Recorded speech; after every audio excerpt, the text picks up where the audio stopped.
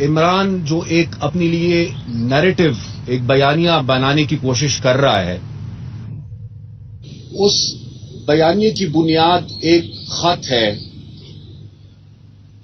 بقول اس کے وہ کہتا ہے کہ میرے خلاف ایک بین الاقوامی سازش کی گئی ہے اور مجھے دھمکی دی گئی ہے.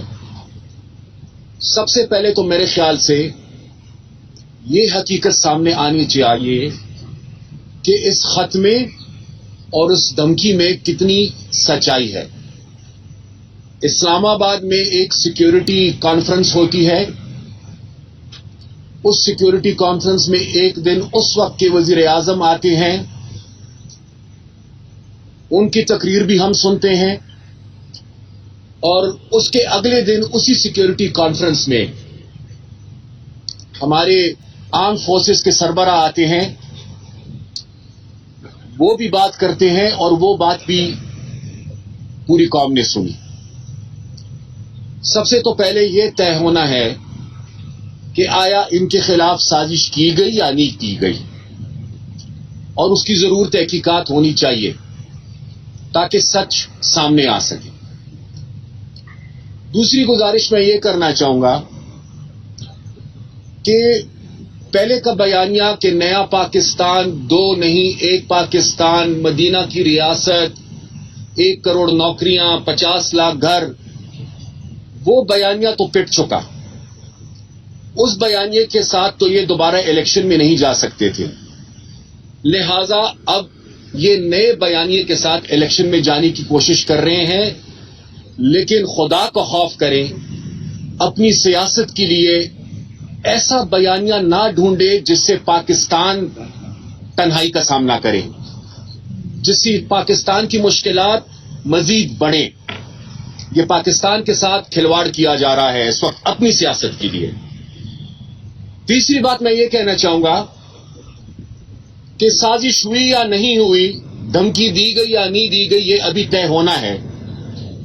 لیکن اس سازش کو اور اس دھمکی کو اپوزیشن کے ووٹ آف نو کانفیڈنس سے جوڑنے کی کوشش کی جا رہی ہے.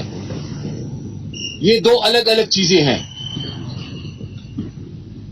اس کو اس لیے جوڑا جا رہا ہے تاکہ عمران خان اپنے لیے کوئی راستہ نکال سکے.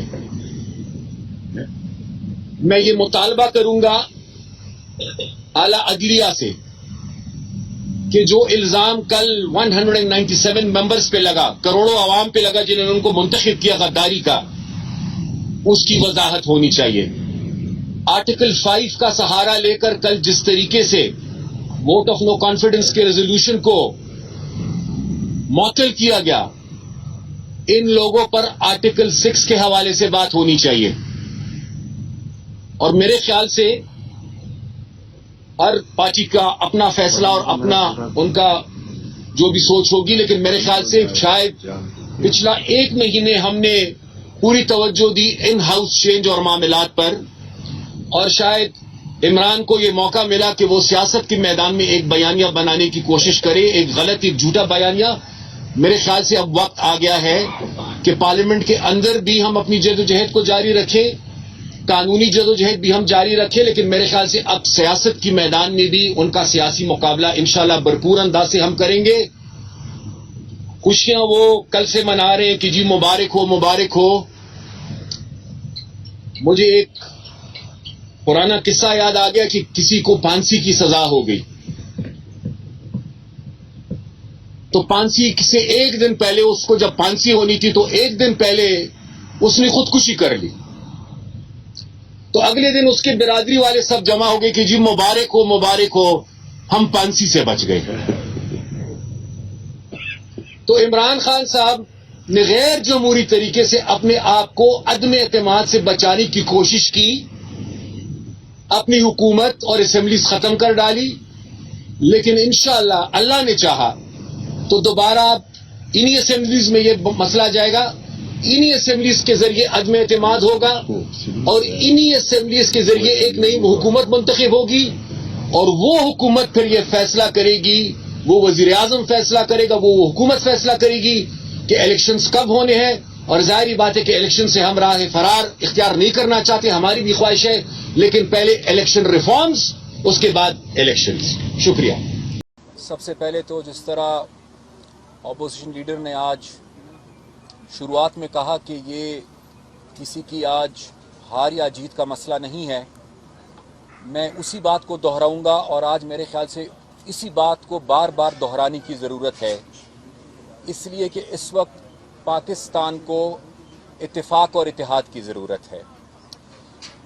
بدقسمتی سے چند نادان دوستوں کے مشورے سے آج سے چند دن پہلے آئین پر اور پارلیمان پر حملہ کیا گیا، اور پارلیمان کا مسئلہ عدالت میں چلا گیا. عدالت نے آج ایک تاریخی فیصلے کے ذریعے ہمیشہ کے لیے نظری ضرورت کو دفن کر دیا، اور عدالتی فیصلے سے آج جمہوریت مزید مضبوط ہوئی ہے اور پاکستان میں آئین کی حکمرانی کے لیے راہ ہموار ہوئی ہے.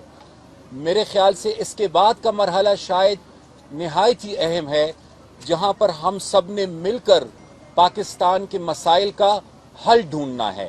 پاکستان کے مسائل کو ہم نے حل کرنا ہے، اور اس کے لیے سب نے اپنی سیاسی نظریات سے تھوڑا اوپر اٹھنا ہوگا، اپنے سیاسی نظریات اور وابستگیوں سے بالا تر ہو کر ملک کا سوچنا ہوگا، پاکستان کا سوچنا ہوگا، اپنی قوم کا سوچنا ہوگا. اور میں بے شک اس سے متفق ہوں کہ اب تلخیوں کی گنجائش نہیں ہے. اس طرف بھی جو لوگ ہیں، اس طرف بھی جو ساتھی ہیں جنہوں نے بدقسمتی سے ہمیں شاید ملک دشمن اور غدار سمجھا، لیکن ہم نہ ان کو ملک دشمن سمجھتے ہیں، نہ ہم غدار سمجھتے ہیں، ہم ان کو بھی پاکستانی سمجھتے ہیں. اور آج یہی اپیل ان سے ہوگی کہ ان تلخیوں کو بھلا کر آئیں، مل کر پاکستان کی خدمت کریں.